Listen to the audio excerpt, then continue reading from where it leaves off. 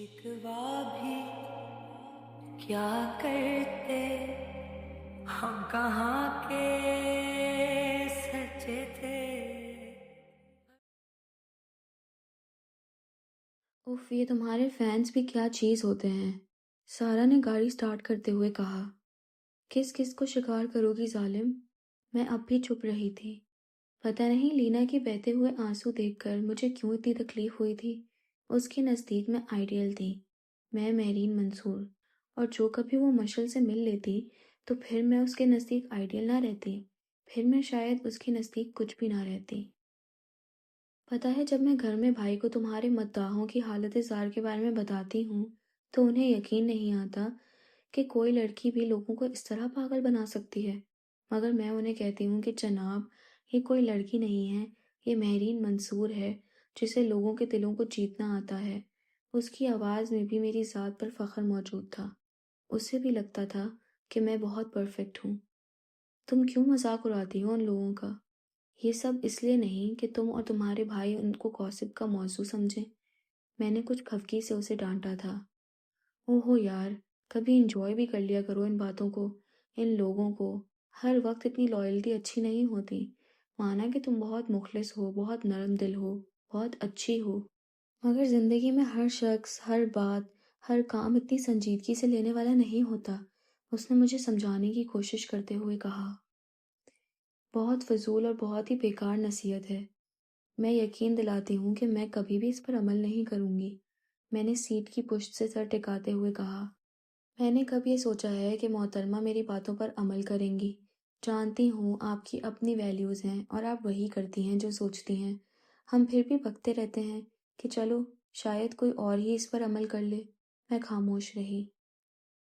پھر میں نہیں آ رہی ہوں صبح، لیلا کو میں نے کہہ دیا ہے، وہ تمہیں پک کر لے گی۔ اس نے گھر کے آگے گاڑی روکتے ہوئے کہا۔ نہیں یار، لیلا کو کیوں کہا ہے؟ وہ تو ہمیشہ لیٹ آتی ہے، میں خود چلی جاؤں گی۔ کبھی کبھی بندے کو اپنے وسائل بھی استعمال کرنا چاہیے۔ ارے لیلا کو میں نے کب کہا ہے؟ وہ تو میں اسے بتا رہی تھی کہ میں کل کالج نہیں آ رہی تو اس نے خود ہی کہا تھا کہ پھر میں مہرین کو پک کر لوں گی۔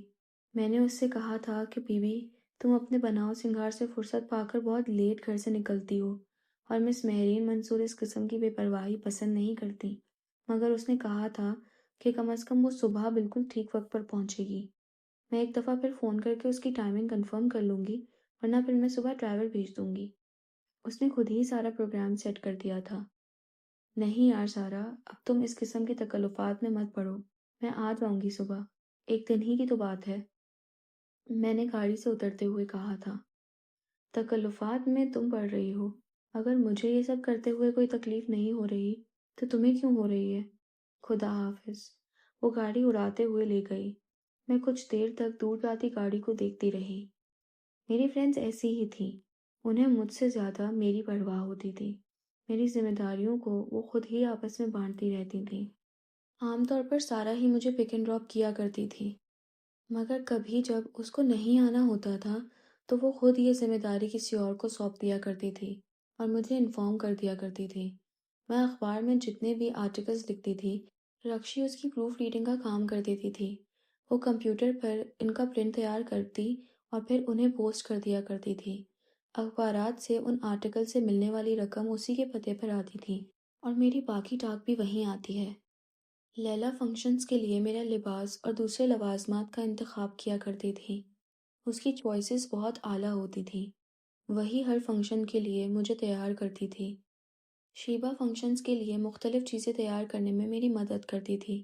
ڈیبیٹس میں اکثر وہی میری پارٹنر ہوتی تھی، لیکن جب کبھی وہ ان چیزوں میں حصہ نہ بھی لے رہی ہو تب بھی وہ نامکمل رہ جانے والی فائلز وہی مکمل کیا کرتی تھی۔ اور سارا، وہ تو پتہ نہیں میرے لیے کیا کیا کرنا چاہتی تھی۔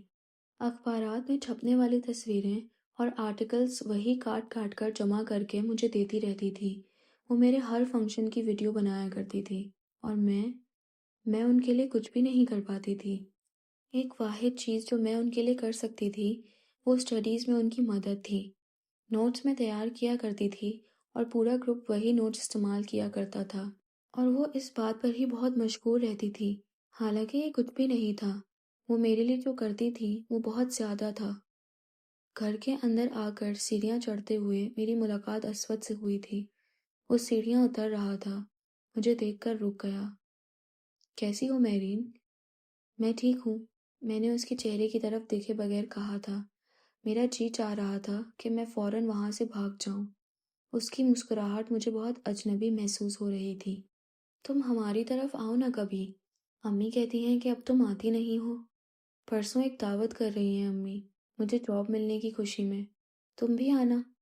میں نے پہلی دفعہ سر اٹھا کر اس کا چہرہ دیکھا تھا۔ بہت عرصے کے بعد میں نے اتنے قریب سے اسے غور سے دیکھا تھا۔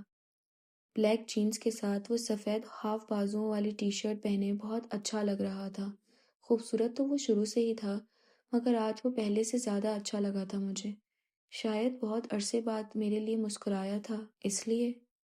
پھر اسی لمحے اوپر سیڑھیوں سے مشل نیچے آئی تھی۔ وہ اس کے پاس آ کر کھڑی ہو گئی تھی۔ میڈ فار ایچ ادر، میرے ذہن میں ایک سوچ ابھری تھی۔ کیا اس سے زیادہ پرفیکٹ کپل کوئی ہو سکتا ہے؟ پرسوں میری دوست کی برتھ ڈے ہے، مجھے وہاں جانا ہے، اس لیے میں نہیں آ سکوں گی۔ انویٹیشن کے لیے شکریہ، میں یہ کہہ کر اوپر کی طرف بڑھ گئی تھی۔ کسی فرینڈ کی برتھ ڈے نہیں تھی پرسوں، مگر میں وہاں جا کر فرسٹریشن کے ایک نئے دور کا شکار ہونا نہیں چاہتی تھی۔ وہاں مشل ہوگی اور میں ہوں گی، اور جہاں ہم دونوں ہوتے ہیں وہاں مقابلے ہوتے ہیں، موازنے ہوتے ہیں، شکل و صورت کے، خوبیوں کے، کردار کے اور خاندان کے، اور میں ہر موازنے میں ہارتی ہوں، سو نہ جانا بہتر تھا۔ اور پھر اسود علی جو تبصرے میرے کردار کے بارے میں کرتا رہتا ہے، میں وہ مشل سے اکثر سنتی رہتی ہوں۔ مجھے حیرت ہوتی ہے اس پر۔ یہ وہ بندہ ہے جو منافق نہ ہونے کا دعویٰ کرتا تھا، جسے منافقت سے نفرت تھی، اور اب کیا وہ منافقت نہیں کر رہا؟ اگر وہ مجھے برا سمجھتا ہے تو باقی سب کی طرح مجھ سے قطع تعلق کر لے، اور اگر وہ ایسا نہیں سمجھتا تو پھر میری پیٹھ پیچھے میرے تبصرے نہ کرے۔ اس نے مشل سے میرے بارے میں کہا تھا کہ مہرین جیسی لڑکیوں کے کمپلیکسز دلدل جیسے ہوتے ہیں، وہ جتنا ان سے باہر نکلنے کی کوشش کرتی ہیں اتنا ہی اندر دھس جاتی ہیں۔ میں چند دن پہلے مشل سے یہ بات سن کر ہنس پڑی تھی، حالانکہ میں جانتی تھی کہ میرے چہرے کا رنگ دھواں دھواں ہوگا۔ اور کیا کہتا ہے وہ میرے بارے میں؟ کیا کیا سنو گی؟ بہت شرم آئے گی تمہیں اپنے بیسٹ فرینڈ کے ریمارکس سن کر۔ وہ فریج سے پانی کی بوتل نکالتے ہوئے کہہ رہی تھی، وہ میرا بیسٹ فرینڈ نہیں ہے۔ چلو جو بھی ہے، پتہ ہے وہ مجھے کہتا ہے کہ تمہارے ساتھ زیادہ میل جول نہ رکھوں۔ وہ نہیں چاہتا کہ میرا کردار بھی تمہارے جیسا ہو جائے، گھٹیا اور تھرڈ کلاس۔ بہت اچھی بات ہے، عمل کیا کرو اس کی نصیحتوں پر۔ میں نے کھانا کھاتے ہوئے اپنا اطمینان ظاہر کیا تھا۔ وہ کچھ دیر میرے سر پر کھڑی مجھے دیکھتی رہی تھی، پھر پاؤں پٹکتے ہوئے اندر چلی گئی، اور اب اسود کہہ رہا تھا کہ میں اس کے گھر جاتی نہیں ہوں۔ مجھے لگتا ہے جیسے مجھے اسفن سے محبت ہو گئی ہے، یا شاید عشق، یا پتہ نہیں کیا، مگر پتہ نہیں کیوں اس کا چہرہ دیکھے بغیر یا اس کی آواز سنے بغیر میں زیادہ دن رہ نہیں سکتی۔ وہ کہتا ہے مجھے دنیا میں اس سے زیادہ کوئی نہیں چاہ سکتا، نہ اب نہ پھر کبھی، اور پتہ نہیں کیوں مگر اس کے ہر لفظ پر مجھے اعتبار آ جاتا ہے۔ مجھے آج بھی اس سے اپنی پہلی ملاقات یاد ہے۔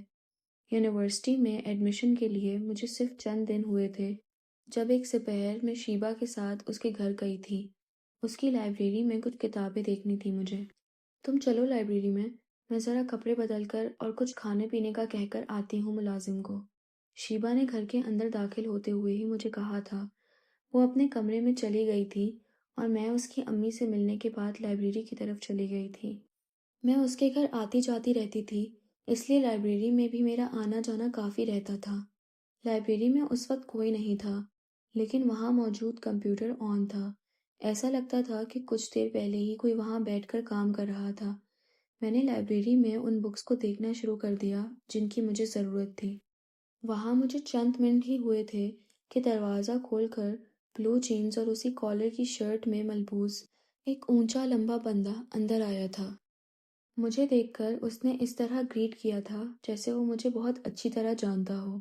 میرے پاس رکے بغیر وہ کمپیوٹر کی طرف بڑھ گیا تھا، اور وہاں چیئر پر بیٹھ کر اس نے کمپیوٹر کو آپریٹ کرنا شروع کر دیا تھا۔ میں کچھ لمحے اس کی پشت کو دیکھتی رہی۔ میری سمجھ میں نہیں آیا کہ مجھے رکنا چاہیے یا چلے جانا چاہیے۔ اس سے پہلے کہ میں وہاں سے جانے کا فیصلہ کرتی، اس نے کہا تھا، آپ کیسی ہیں میرین؟ اس کے منہ سے اپنا نام سن کر میں حیران رہ گئی تھی۔ اپنے ہاتھ میں رکھی ہوئی کتابیں شیلف پر رکھ کر میں اس کی طرف چلی گئی۔ اس کی نظریں اسکرین پر جمی ہوئی تھیں اور ہاتھ کی بورڈ پر چل رہا تھا۔ آپ میرا نام کیسے جانتے ہیں؟ میرے سوال پر کمپیوٹر سے نظر ہٹائے بغیر اس نے کہا، بیٹھ جائیں۔ میں اس کے پاس پڑی ہوئی کرسی پر بیٹھ گئی۔ پانی پئیں گی؟ میرے بیٹھتے ہی اس نے پوچھا تھا۔ نہیں، تو پلیز مجھے گلاس میں ڈال دیں۔ میں اس کے مطالبے پر حیران ہو گئی تھی، مگر میں نے سامنے پڑے ہوئے جگ سے ایک گلاس بھر کر کمپیوٹر کے پاس رکھ دیا۔ اس نے کمپیوٹر پرنٹر سے کچھ کاغذ باہر نکالتے ہوئے بائیں ہاتھ سے پانی کا وہ گلاس اٹھا کر پینا شروع کر دیا۔ Thank you. آپ نے پوچھا تھا کہ میں آپ کا نام کیسے جانتا ہوں۔ میں آپ کا نام نہیں اور بھی بہت کچھ جانتا ہوں۔ گلاس رکھ کر اس نے ایک بار پھر کی بورڈ پر ہاتھ چلاتے ہوئے کہا تھا، مثلاً؟ میں نے اس کے چہرے پر نظریں جماتے ہوئے کہا، مثلاً یہ کہ آپ شیبا کی دوست ہیں، بہت انٹیلیجنٹ ہیں، بہت زبردست قسم کی اوریٹر ہیں، اسٹریٹ فارورڈ ہیں، نرم دل کی مالک ہیں، انگریزی میں شاعری کرتی ہیں، آرٹیکلز بھی لکھتی ہیں، بہت بہادر ہیں، اصول پرست ہیں، لوگوں کے بہت کام آتی ہیں، آپ کو لوگوں کا دل جیتنا آتا ہے، بقول شیبا کے جادو آتا ہے، لوگوں کو اکثر لاجواب کر دیتی ہیں، وغیرہ وغیرہ۔ وہ کمپیوٹر کی اسکرین پر نظریں جمائے دھیمی آواز میں بولتا گیا تھا، جیسے یہ سب اسکرین پہ لکھا ہوا تھا۔ کچھ دیر تک میں چپ بیٹھی رہی، سمجھ میں نہیں آیا کہ میں کیا کہوں۔ آپ کون ہیں اور میرے بارے میں یہ سب کیسے جانتے ہیں؟ میں نے پوچھا تھا۔ میں شیبا کا کزن ہوں، اسفند عثمان، اور اس گھر میں کون ہے جو آپ کے بارے میں کچھ نہیں جانتا؟ کچھ شیبا بتاتی رہتی ہے، کچھ آپ کے ویڈیوز دیکھ کر پتہ چلتا رہتا ہے۔ میں خاموشی سے اس کا چہرہ دیکھتی رہی۔ آپ کچھ نہیں پوچھیں گی میرے بارے میں؟ یکدم اس نے کہا تھا۔ مثلاً کیا؟ مثلاً یہ کہ میں کیا کرتا ہوں، کیا مشاغل ہیں میرے؟ نہیں۔ پہلی دفعہ اس نے کمپیوٹر اسکرین سے مسکراتے ہوئے نظر ہٹا لی تھی۔ کیوں نہیں پوچھیں گی؟ کیونکہ مجھے دلچسپی نہیں ہے۔ میں کرسی سے کھڑی ہو گئی تھی۔ یکدم میرا جی اچاٹ ہو گیا تھا ہر چیز سے۔ اس کے منہ سے اپنا یہ تفصیلی تعارف مجھے اچھا نہیں لگا تھا۔ میں لائبریری سے نکل آئی تھی۔ شیبا مجھے کوریڈور میں ملی تھی۔ میں نے کتابیں لے لی ہیں، میں نے اسے ہاتھ میں پکڑی ہوئی کتابیں دکھاتے ہوئے کہا۔ پھر میں شیبا کے ساتھ اس کے کمرے میں چلی گئی تھی۔ اس سے میری دوسری ملاقات یونیورسٹی میں ہوئی تھی، جب شیبا نے اس سے میرا تعارف کروایا تھا۔ اس نے بھی لٹریچر میں ماسٹرز کرنے کے لیے ایڈمیشن لیا تھا۔ وہ انگلینڈ سے آیا تھا، وہاں وہ شروع ہی سے کمپیوٹر سائنسز پڑھتا آ رہا تھا۔ اب یکدم لٹریچر کی طرف رجحان سمجھ میں نہ آنے والی چیز تھی۔ میں نے اس سے پوچھا تھا، لٹریچر میں انٹرسٹ ہے؟ Not exactly. تب پھر ٹائم ویسٹ کیوں کر رہے ہو؟ ویسے بھی جو کتابیں ہم ماسٹرز میں پڑھ رہے ہیں، آپ تو یہ ہائی اسکول میں پڑھ چکے ہیں، شیبا نے بتایا تھا مجھے۔ اور ویسے بھی کمپیوٹر سائنسز میں اعلیٰ تعلیم حاصل کرنے کے بعد یہ یوٹرن کچھ سمجھ میں نہیں آ رہا۔ آفٹر آل انگلش کوئی پروفیشنل سبجیکٹ تو نہیں۔ ہاں، مگر میں لٹریچر کسی اور مقصد کے لیے پڑھ رہا ہوں۔ اس وقت اس نے مجھے نہیں بتایا کہ وہ لٹریچر کس مقصد کے لیے پڑھ رہا ہے، مگر چند ہفتوں کے بعد اس کا مقصد مجھے خود پتہ چل گیا تھا، جب ایک دن میں لائبریری میں بیٹھی کچھ نوٹس بنا رہی تھی۔ ایکسکیوز می مہرین، میں آپ سے کچھ بات کرنا چاہ رہا ہوں، اسفند نے میرے قریب آ کر کہا تھا۔ میں اپنے فرینڈ سے ایکسکیوز کرتے ہوئے اس کے ساتھ لائبریری سے باہر آ گئی تھی۔ کیا آپ مجھ سے شادی کریں گی؟ باہر آتے ہی اس نے مجھ سے کہا تھا۔ میں اس کا چہرہ دیکھتی رہ گئی۔ میں اپنے پیرنٹس کو آپ کے گھر بھیجنا چاہتا ہوں، مگر سوچا پہلے آپ سے بات کر لوں۔ وہ بہت سنجیدگی سے کہہ رہا تھا۔ دیکھیں اسفند، آپ میرے بارے میں کچھ نہیں جانتے، اور پھر میں نے ابھی شادی کے بارے میں کچھ سوچا نہیں ہے۔ کم از کم اپنی تعلیم مکمل کرنے تک تو میں ایسا سوچ بھی نہیں سکتی۔ میں نے اپنے حواسوں پر قابو پا لیا تھا۔ میں آپ کے بارے میں جتنا جانتا ہوں کافی ہے۔ ہاں، آپ کی دوسری بات کے بارے میں سوچا جا سکتا ہے۔ دیکھیں، مجھے کوئی جلدی نہیں ہے۔ آپ جتنا سوچنا چاہتی ہیں سوچ لیں۔ اگر تعلیم مکمل کرنے کے بعد شادی کرنا چاہتی ہیں تب بھی مجھے کوئی اعتراض نہیں ہے۔ میں صرف فارملی طور پر ایک بار اپنا پروپوزل آپ کے گھر بھیجنا چاہتا ہوں۔ آپ اس کے بارے میں سوچ لیجئے گا۔ وہ یہ کہہ کر چلا گیا تھا۔ بہت دنوں تک میں حیران رہی تھی۔ پھر میں نے شیبا سے بات کی تھی۔ وہ اس پروپوزل سے بے خبر نہیں تھی۔ اسفند نے مجھے پروپوز کرنے سے پہلے اس سے ہی بات کی تھی۔ دیکھو مہرین، اسفند ایسا بندہ ہے کہ جو مجھے پروپوز کرتا تو میں آنکھیں بند کر کے اس کا پروپوزل قبول کر لیتی۔ وہ پڑھا لکھا ہے، دولت مند ہے، بہت خوبصورت ہے، مگر سب سے بڑی بات یہ ہے کہ کردار بہت اچھا ہے اس کا۔ امریکہ میں رہنے کے باوجود اس نے وہاں کی کوئی برائی نہیں اپنائی، نہ ہی اس پر انگلینڈ میں رہنے کا کوئی اثر ہوا ہے۔ تم سے پہلے اس نے کبھی کسی لڑکی میں دلچسپی نہیں لی۔ اس کا واحد پیشن کمپیوٹرز تھا، مگر جب سے وہ ہمارے گھر آیا ہے اور جب سے اس نے تمہارے بارے میں جاننا شروع کیا تھا، وہ بہت دلچسپی لینے لگا تھا تم میں۔ بہت کرید کرید کر پوچھتا تھا تمہارے بارے میں۔ اور یہ جو اس نے ماسٹرز میں ایڈمیشن لیا ہے نا، یہ بھی صرف اس لیے لیا ہے کہ وہ تمہیں قریب سے جاننا چاہتا ہے۔ میں نہیں سمجھتی کہ اس سے پرفیکٹ میچ کوئی اور تمہیں مل سکتا ہے۔ شیبا نے اس کے حق میں ایک تقریر کر دی تھی۔ میں خاموش ہو گئی تھی۔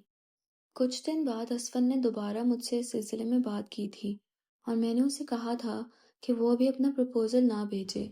ابھی کچھ ماہ میں اس سلسلے میں سوچنا نہیں چاہتی۔ اس نے میرے مطالبے کو قبول کر لیا تھا اور پھر میرے اور اس کے درمیان بہت عجیب طریقے سے انڈرسٹینڈنگ ہونا شروع ہو گئی تھی۔ وہ بہت نائس بندہ ہے، بہت کم بولتا ہے، وہ بہت مددگار قسم کا انسان ہے۔ میں نے آج تک اسے کسی کی مدد کرنے سے انکار کرتے ہوئے نہیں دیکھا اور مجھے یہ سب پسند ہے۔ میرے لیے وہ بہت پروٹیکٹیو ہے۔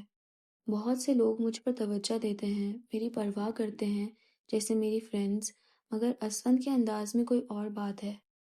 میرے لیے اس کا رویہ کچھ خاص ہوتا ہے۔ وہ میرے لیے جان دینے کے دعوے نہیں کرتا، مگر مجھے لگتا ہے وہ میرے لیے جان دے سکتا ہے۔ میں چاہتی ہوں مجھے ساری دنیا اس کی آنکھوں سے دیکھے، اس محبت، اس انسیت، اس عزت کے ساتھ جس کے ساتھ وہ مجھے دیکھتا ہے۔ جب میں اس کے بارے میں سوچتی ہوں تو پوری دنیا مجھے خوبصورت نظر آنے لگتی ہے۔ کچھ بھی بھیانک، کچھ بھی بدصورت نظر نہیں آتا، نہ اپنا ماضی، نہ اپنے حالات، نہ لوگ، کچھ بھی نہیں۔ وہ مجھے کبھی نہیں کہتا کہ میں اس کے ساتھ کہیں باہر پھرنے کے لیے جاؤں، کسی پارک میں، کسی کیفے میں، کسی ریسٹورنٹ میں۔ وہ کبھی یہ نہیں کہتا کہ میں اسے فون کروں یا وہ مجھے فون کرے۔ وہ یہ بھی نہیں چاہتا کہ میں اس کے ساتھ سارا دن یونیورسٹی کے لان، کیفیٹیریا میں یا لائبریری میں بیٹھی رہوں۔ ہم روز صرف 10-15 منٹ کے لیے ملتے ہیں، کبھی 1-2 گھنٹہ بھی ہو جاتا ہے، اور عجیب بات ہے ہمیں اپنی بات ایک دوسرے تک پہنچانے کے لیے تنہائی کی ضرورت نہیں ہوتی۔ دوستوں کے پاس بیٹھے ہوئے بھی یہ احساس کہ اسفند میرے سامنے بیٹھا ہے میرے لیے کافی ہوتا ہے۔ ایک دوسرے کے چہرے کو 20 منٹ میں ایک لمحے کے لیے بھی دیکھ لینا، ایسا لگتا ہے جیسے ہم 20 منٹ سے ایک دوسرے پر نظریں جمائے بیٹھے ہیں۔ پتہ نہیں اس کے سامنے بولنا کیوں نہیں چاہتی میں، صرف سنتے رہنا چاہتی ہوں اس کی باتیں، اس کی آواز۔ وہ سارا سے باتیں کرے یا رکشی سے، مجھے لگتا ہے جیسے وہ مجھ سے مخاطب ہے۔ اور کیا محبت اس کے سوا کوئی اور چیز ہے؟ اور بعض دفعہ اس کا چہرہ دیکھتے ہوئے میں سوچتی ہوں کہ اگر یہ جان جائے کہ مہرین منصور کا باپ کون تھا، تو کیا پھر بھی اس کی آنکھوں میں میرے لیے یہی عزت، یہی محبت ہوگی؟ نہیں، کبھی نہیں۔ اور میں ہمیشہ اس سے یہ بات چھپاؤں گی، ورنہ میں یہ کیسے برداشت کروں گی کہ میں جس کے لیے سب کچھ ہوں اس کے لیے کچھ بھی نہ رہوں۔ کوئی مجھے یوں پھینک دے جیسے میں استعمال شدہ کاغذ ہوں، جیسے اسود نے کیا تھا۔ اور اگر اسفند نے ایسا کیا تو میں کیسے زندہ رہوں گی؟ پر وہ ایسا کیوں کرے گا؟ میں جانتی ہوں وہ کبھی بھی ایسا نہیں کرے گا۔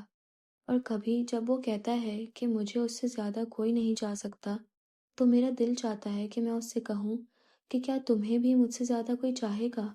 پر میں نہیں کہتی، اس کی ضرورت ہی نہیں پڑتی۔ اور اب میری سمجھ میں آتا ہے کہ لینا میرے لیے کس طرح بے قرار رہتی ہے۔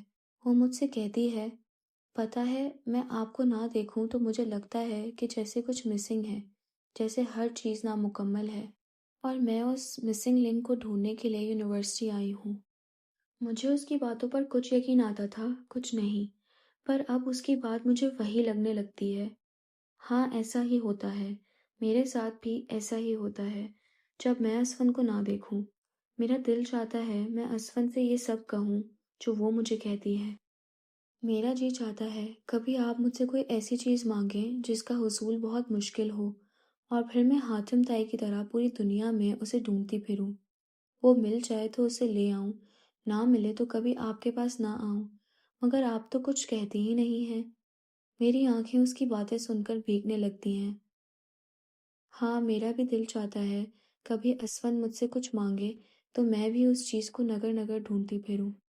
آپ چلتی ہیں نا تو مجھے یوں لگتا ہے کہ جیسے آپ کو کبھی کوئی گرا نہیں سکتا، کوئی آپ کا راستہ نہیں روک سکتا۔ آپ دیکھتی ہیں تو یوں لگتا ہے جیسے سامنے والے کے بارے میں آپ سب کچھ جانتی ہیں۔ آپ بولتی ہیں تو جی چاہتا ہے دنیا میں صرف آپ کی آواز گونجے، باقی ہر آواز ختم ہو جائے۔ وہ اپنی باتوں سے مجھے دہلا دیا کرتی تھی۔ مجھے خوف آنے لگتا ہے اس کی محبت، اس کی عقیدت سے، اور اب جب میں اسون کو دیکھتی ہوں تو مجھے لینا کی باتیں یاد آنے لگتی ہیں۔ پھر میں اسون کے چہرے سے نظر ہٹا لیتی ہوں۔ ہاں، مجھے لگتا ہے مجھے اسون سے محبت ہو گئی ہے۔